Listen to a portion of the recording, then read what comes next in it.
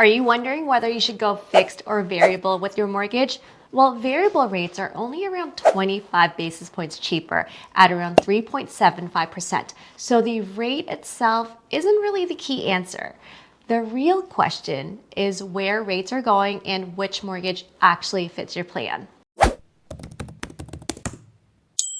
Let's deal with the rate gap first. There is a small gap between the 3.75% variable rate versus the 4% fixed rate these days, but honestly, it's not life-changing. If that small difference is making or breaking your deal, then your deal is probably already too tight. So stop framing this as which rate is cheaper today and start thinking about structure, flexibility, and risk. Yes, variable does give you a slightly better cash flow today, and in some cases, that extra bit of cash flow can help with your mortgage qualifications if income is tight. That can matter, but again, we're talking about marginal improvement here.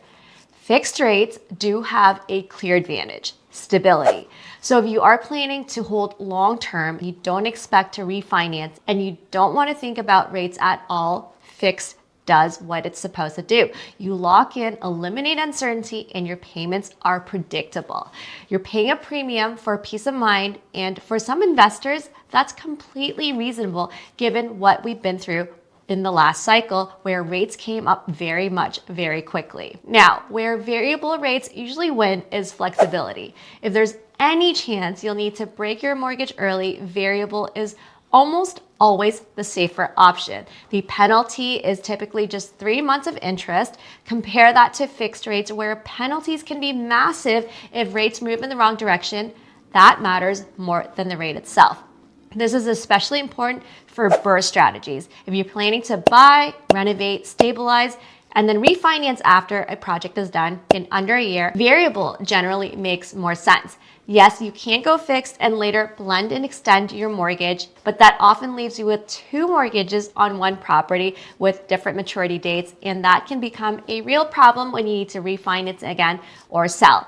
And in many cases, you end up paying a bigger penalty at the worst time possible. Now, a lot of people got burned last cycle because they misunderstood how rates move.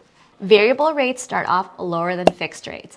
And then once rates start going up, fixed rates usually go up first, so it seemed not worth it for variable rate mortgages to switch over to fixed because variable might still end up looking better. By the time variable rates end up being too high, fixed rates are already much higher. People didn't switch early enough because they didn't understand how quickly and how much rates can shift against their favor. So, where are rates going from here on? Well, most major banks aren't expecting any rate changes this year, so variable rates are probably not going to change much from these current levels. Variable rates could even come down a bit if inflation continues to cool. The Bank of Canada already projected around 1.75% in inflation for spring of this year, 2026, and that would bring us below their target range of 2%. And then if the job market and the broader economy continue to weaken at the same time, more cuts could actually happen. Then looking further into 2027, many banks actually expect interest rates to edge back up slightly above today's levels. But honestly, it is way too soon to make a clear call right now for 2 years out, in my opinion. What about fixed rates? Well, fixed rates are tied to bond yields, and bond yields actually rose towards the end of 2025 as overall investment risk increased. But since then, they have eased back down just a little bit. On top of these risk changes, mortgage pricing also depends on the lender appetite. So if a lender's mortgage book is full, they do reduce their discounts. And if they want to take on more mortgage business, rates suddenly get better. It's actually pretty cyclical as well on top of where bond yields go. And these discounts rotate between banks. So that's why shopping around between lenders still matter regardless of whether you choose variable or fixed.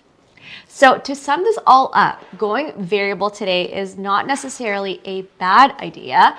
Rates aren't expected to move too much this year, and the penalty to exit from a variable mortgage is lower, and in many cases, you can convert to a fixed rate mortgage later on this year with the same lender without penalty.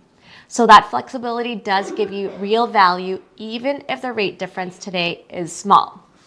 At the end of the day, this really does come down to your risk tolerance and your strategy.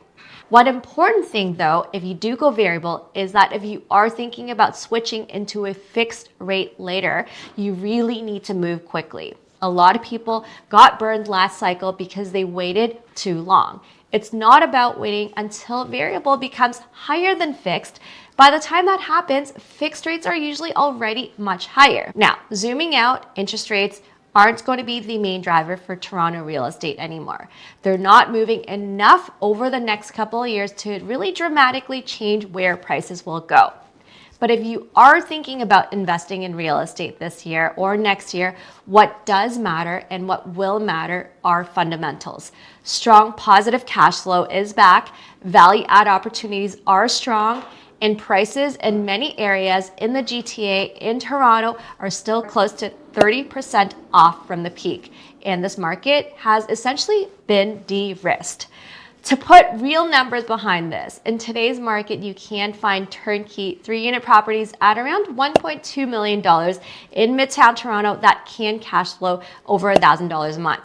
You can get into deals like this if you have around $300,000 of cash and the ability to qualify for a mortgage of around $1 million. Another option is to buy something that needs more work. You do buy at a lower purchase price in this case, and then you would renovate and add value by converting it into multiple units and making the units better. Because the entry price is lower than turnkey opportunities, the cash flow can actually be stronger and you get the potential for more upside as well once the project is stabilized. The downside here is that you actually need more cash upfront, closer to $400,000, since the renovations are also paid upfront in cash.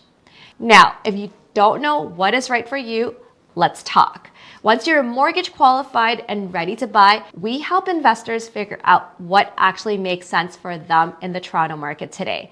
We're not just a real estate sales brokerage, we're Toronto real estate investors ourselves, and we can help you dial in on the right strategy, find solid opportunities, run the numbers properly, negotiate smartly, plan renovations that actually add value, connect you to trusted contractors, and eventually support leasing and property management too, so that your property performs well in the long run. If you want to see how this could work for you, just book a free strategy call and we'll walk through your situation and map out next steps together.